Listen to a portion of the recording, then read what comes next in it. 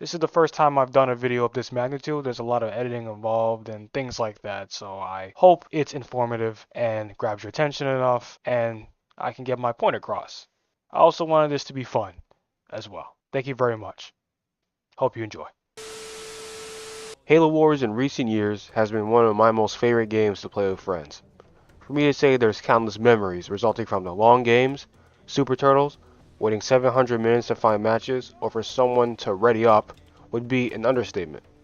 Despite the fact I've been playing this Hood Classic gem for several thousand hours, I found myself amazed to this very day by the community finding new ways to increase the replayability of a long forgotten game. A feature of the game that has always piqued my interest ever since I laid my eyes upon it was the stars showing up above unit health bars at times. Going from something I would brush off as a new player to now being one of many who maximize its potential, I always wondered to myself, how come no one made a video talking about Veterancy?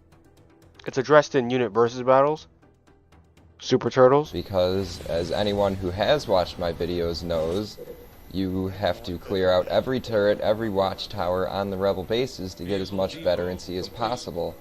unit guides, Every time a Spartan gets an upgrade or a veterancy star, it adds a multiplier to their damage output. and discussed on forums, but no video explanation. Trust me, I looked. You see, typed in the Halo Wars Veterancy Guide and got nothing. So, here's a guide on Veterancy and what the heck it does.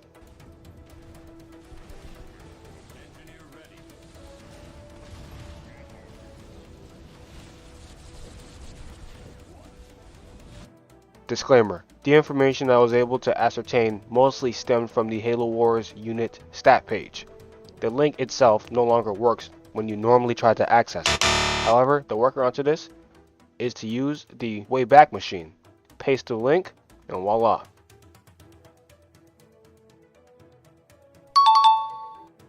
Additional sources such as Steam and the Halo Fandom Wiki were also used, though not as factually driven compared to the aforementioned unit stat page. The discussions around it I deem valid enough to be addressed in this video. The links will be in the description below. For those who are curious, this video will be mostly going over how veterancy is applied in the standard game mode, since that is where the majority of games take place. The deathmatch and reinforcements game mode just aren't played enough by comparison to garner extensive results.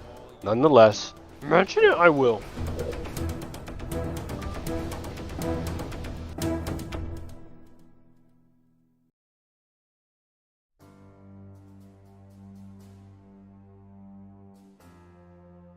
Veterancy? What is it exactly? And how do I get it?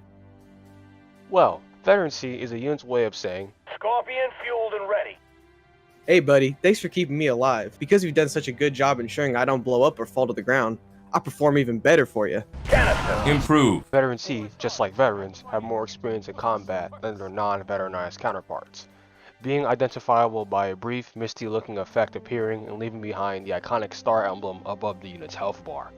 Another change that kind of hides in plain sight to signify veterancy is the increase in the shield number, which is located towards the lower middle section of the screen when selecting a unit.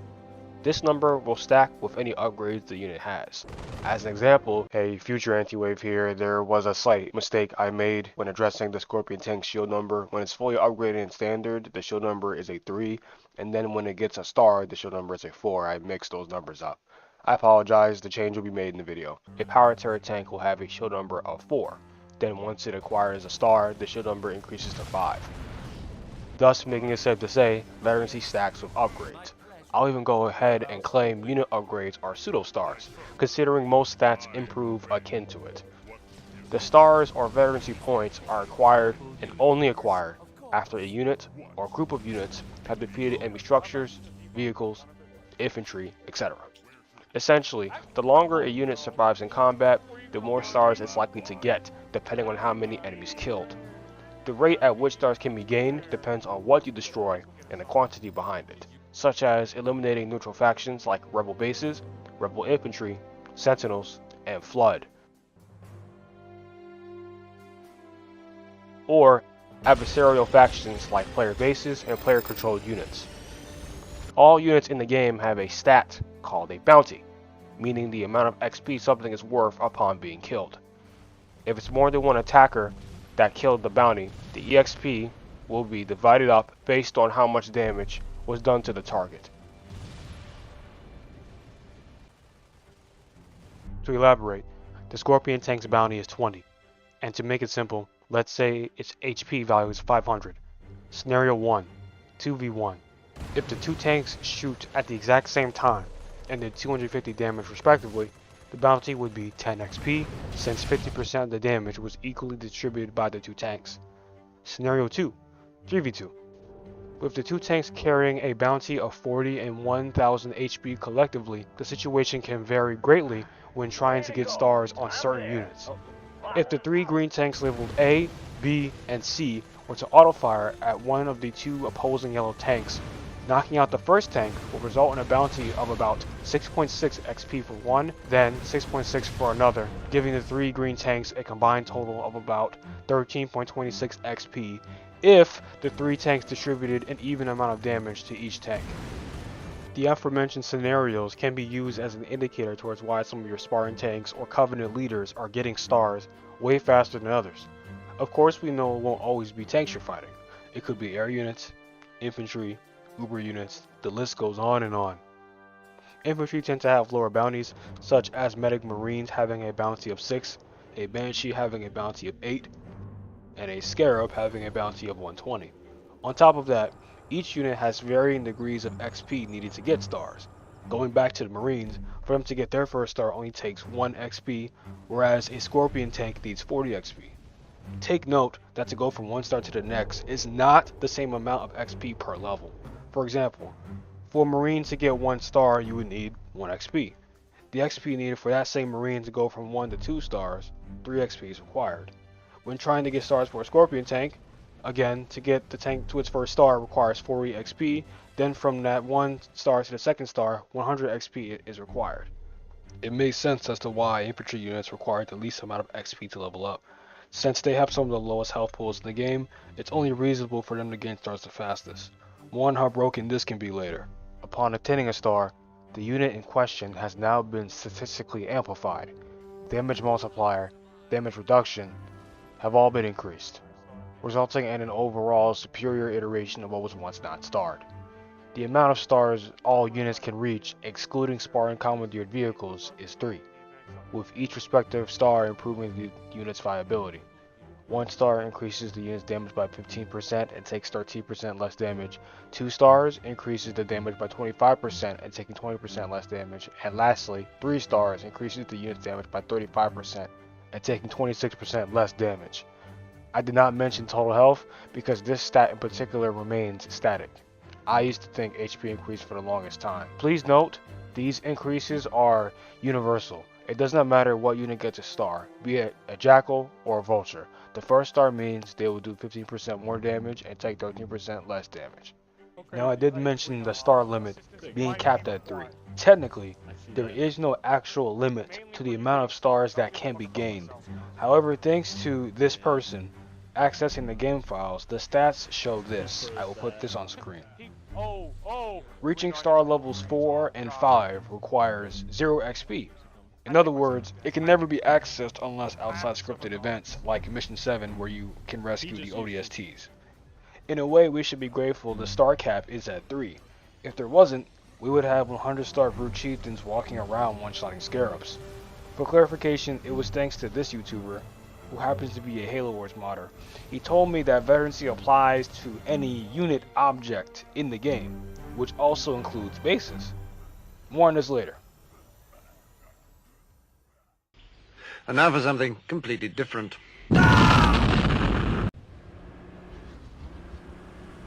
What's the best way to get stars? The best way to get stars is by attacking rebel bases and infantry scattered throughout the map, taking out each watchtower, turret, and aforementioned infantry squad that comes your way. This also includes sentinels and flood. Going for the base directly reduces the amount of XP your units receive and is not recommended for starring them up. I will showcase a visual example. The map is Beasley's Plateau. I am using the Brute Chieftain, and the build order is the exact same for both left and right sides of the screen. Supply pad twice, and a temple along with inheritance.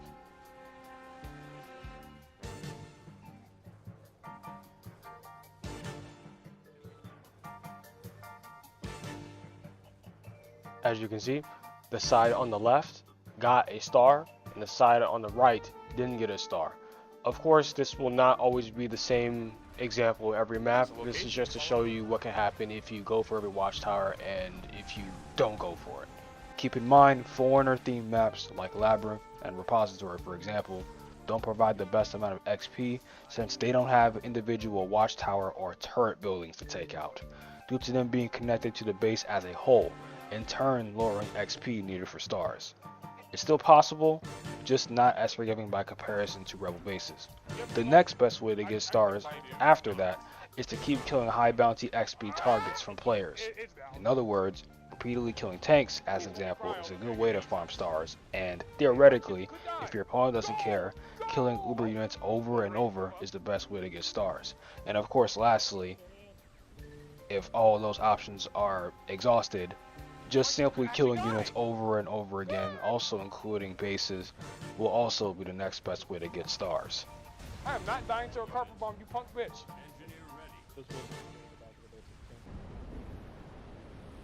How effective are your units with stars anyway? Is there a difference? Yes, there is a difference. In the right hands, it can be very effective. The effectiveness of your units getting stars will vary depending on many variables, such as player skill. I would like to elaborate on what I mean by player skill in the context of Halo Wars. Skill will always be a determining factor in any game. When referring to Halo Wars, I generally mean game sense, such as knowing how to micro, scout, gather supplies, respond to build orders, hold off rushes, tacking down, knowing when to push and attack with allies. Veteranized units won't matter if you don't know these things, so please keep it in mind, whether you or the enemy has high starred units. Leader and unit composition, map, and combat situations. While we're on the topic of effectiveness, here's an example. A 1-star power turret tank is greater than a power turret tank with no stars. In a 1v1 scenario, the 1-star power turret tank tends to win the engagement. Should that precious 1-star tank get jumped by 2 or more tanks, consider the star worthless. However, a power turret tank is better and always better to have than a Tech 1 tank with 1 star. But a 3-star base tank is better than a power turret tank. Alright, I'm all PT'd up.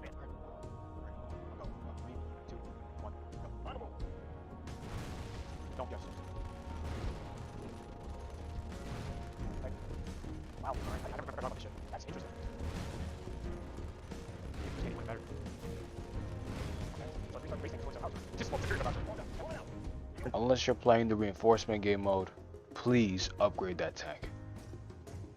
And for the last example, a Scarab with no stars will be almost killed by a quad mech.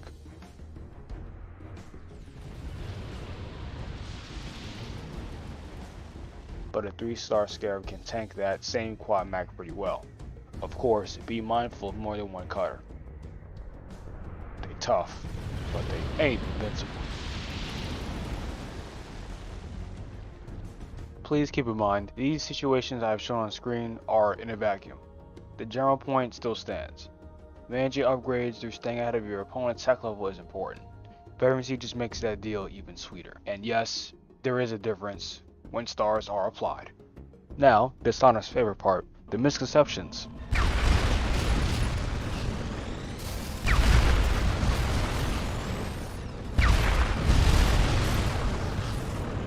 Thankfully, there's only 2 worth mentioning. The main one we all thought to ourselves at least once in our careers is upgrades allowing us to get veterancy faster. This is emphatically false in terms of gaining XP for the first star. For example, researching canister shell for the Scorpion doesn't just suddenly reduce the amount of XP needed for the first star, as if candy shell makes the XP value 30 instead of 40. Getting the upgrade for the majority of units allows them to dish out more damage, in turn killing the rebel bases faster, thus we get the star sooner because of the upgrade as a result of the damage increase. Hopefully that makes sense. In most cases, it's quicker to get stars on the non-upgraded units like Spartans and Cavalry leaders, since the extra resources spent on them to upgrade could be used for more important things. which can vary depending on the lobby skill range. More on this later. Even with that addressed, there are times where your Covenant leaders and Spartans kill 2 bases on one map and get 2 stars, while on the other, 3 whole bases leave you with 1 star. I still have yet to figure that out. I'll gladly converse with anyone in the comments about this stroke of luck. As for the second and last misconception, some people think stars apply differently across each unit, like 1 star buffs a scarab by 15% but another value for a marine. This is true for Halo Wars 2, not Definitive Edition. Enough said. Now the question is, what units, or rather, what player-controlled units can gain stars? We'll start with the UNSC faction. For the infantry, Marines, Plantors, and Spartans. This also includes Captain Cutter's ODSTs and Sergeant Forge's Cyclops. For the vehicles, we got Warthogs, Scorpions, Cobras, and Wolverines, followed up by Cutter's Elephant and Professor Anders' Gremlin units respectively. Obviously, we should include the Grizzlies as well. Next up, the aerial vehicles such as Hornets, and by proxy Anders' Hawks, and Vultures all have a shot of getting veterancy. Next up, the Covenant. Like the UNSC, the infantry isn't too dissimilar. The Covenant hero units such as the Brute Chieftain, Arbiter, and Prophet, followed by their special units, Brute Squads, Suicide Grunts, and Elite Honor Guards respectively. Infantry is the Grunts, Jackals, and Hunters. For vehicles, Ghosts, Choppers, Wraiths, Locusts, and Scarabs. And air units, Banshee and Vampire. What player control units cannot gain veterancy? Engineers and Foreigner units, which includes the Sentinels, Super Sentinels, Offensive Protectors, Shield Protectors, and Healing Protectors. While not necessarily a unit like a infantry or vehicle, it is still controlled by a player. I'm talking about the bases and their structures. Structures like a supply pad and summit cannot gain stars simply because they don't do any damage, therefore unable to get kills. Turrets, however, can do damage, so why can't they get stars? I'll make an educated guess. Based off of how the 4 and 5 star rating need 0 XP, it's probably similar to all the structures. Engineers don't get stars due to them healing. The point of veterancy is to get stars when killing something. Of course, you can get starter engineers in the reinforcements game mode, or witnessing it by putting on the Rebel Leader skull when against a Covenant AI.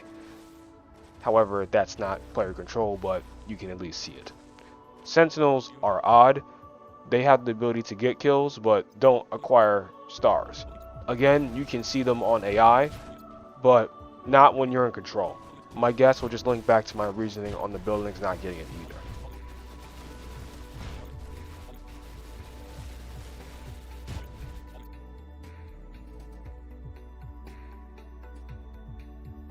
What units gain veterancy the fastest? And which units are the best with it? To prevent this video from being 8,000 hours long, I'll only be going over the units that appear late game. This includes the Spartan Trio, Covenant Leaders, Scorpion Tanks, Wolverines, Cobras, and Scarabs. I will gladly elaborate more on why I think the aforementioned subjects are the best when started up in a part 2 of this guide. We'll see how this video does. Anyway, back to the chapter. For units getting stars the fastest, it simply comes down to those under the infantry category. Marines and Grunts have the fastest time when you go barracks/hall first, train about 3 to 4, and destroy a turret.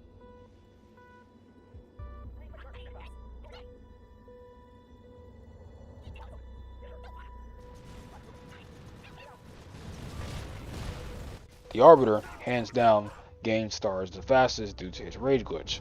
When done right, he can have 2 to 3 stars in as little as 4 minutes and 11 seconds, thanks to a player called Ego, because all he does is play Arbiter. The UNSC faction has the biggest benefit with stars, due to them having 3 13-star units thanks to their Spartans being the most cracked unit in the game when commandeering a vehicle. The units in question that are the best with it are the Spartan tanks, followed by Cobras and Wolverines in that order. The Covenant get the short end of the stick for better or worse, with their leader units and Scarabs being the only thing that matters with stars in the long run. The units when playing this faction goes as follows. The Arbiter and Chieftain being tied with first, and the Prophet being second to third and jumping to first depending on the situation. Scarabs do pretty well when having 2 or more stars and should not be trifled with. In a vacuum, that is. Bonus round. Good luck. As I stated in the intro, the Deathmatch and Reinforcements game mode just aren't play enough by comparison to garner extensive results when looking at the current player base. Of course, I am not the current player base. I've played Deathmatch half as much as I played Standard, and Reinforcements a bit enough to address it while pertaining to Veterancy. Starting with Deathmatch. Deathmatch grants you all upgrades and 15k resources from the get-go, on top of increasing your population per base. This should make getting Veterancy easier, right? In a vacuum, yes. In reality, no. Yes, because you can make any unit you want, and send it to every base on the map and not worry about losing health too much thanks to its max upgrades. On the flip side, you doing that gives the enemy plenty of time to have a massive population advantage over you. Great, you got a 10-star tank. What is that going to do against someone with a population of 75 and higher? Deathmatch also flips the UNSC and Covenant dynamic on its head.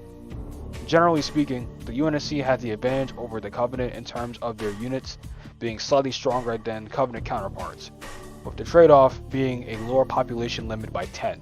Deathmatch equalizes both factions' population, forcing everyone to be at 15 at the beginning. What makes the Covenant better in Deathmatch is their base strength.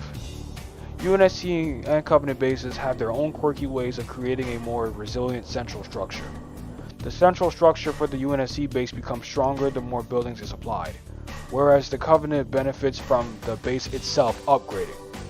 To give an example, a fortress with all 7 buildings built is equivalent to a citadel with 0 buildings, and a fortress with 0 buildings is like an outpost.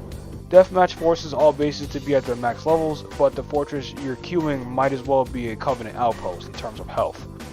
Queuing Covenant bases are way stronger in Deathmatch thanks to this, which can affect musical bases even more than what it already does. To top it off, for some reason, the Wraith in Deathmatch seems to be stronger than its standard brother, having a shield number of 5 instead of 3. Meanwhile, the power turret tank has the same number of 3 regardless of standard or deathmatch. This makes Wraith rushing a tough threat to deal with when you're UNSC, especially against Prophets. Again, if you're able to hijack a Wraith and hold onto it, you'll know what it's like to have the power of God and enemy on your side. The guide for Veterancy can still be applied to Deathmatch, but it's a lot more difficult to pull off since that game mode incentivizes rushing to its utmost limit. Nonetheless, try it. If you dare. Now, Reinforcements is a different beast altogether.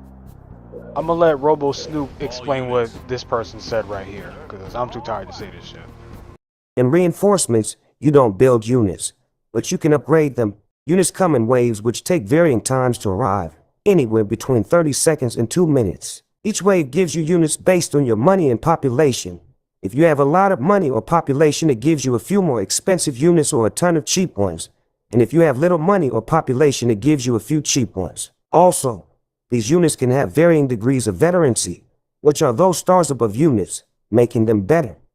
Thanks. You can still get Veterancy in this game mode by making Spartans and Covenant leaders, but that's the only units you can train. Engineers too, for healing purposes of course. Everything else is all depending on how well you bank. Banking is when you queue buildings and or upgrades in order to keep your resource count below 100 before the next wave to save money for the next one. The best way to bank is to queue turrets for both factions combined with upgrades you don't need. The goal of Reinforcements is to bank on 3k resources to get 3-star tanks or Hornets. Keep in mind that tech level will affect what you get for 3k resources.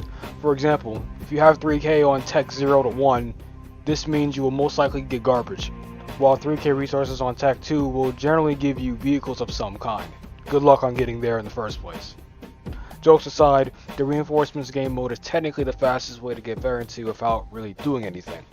However, it is the only time where you'll see an army of 3-star base tanks or air destroying your base instantly. So, risk versus reward at its finest. Bonus round over. Hey everyone, thank you so much for making it to the end. I would like to give a big shout out and thanks to the homies Dishonor God, Zeno DBE, Crimson 8541, and Reno Bagino. Oh man, I am really tired after making this video. This was a few months in the making. I hope it was enjoyable. Stay tuned for part 2. See y'all later. I am tired.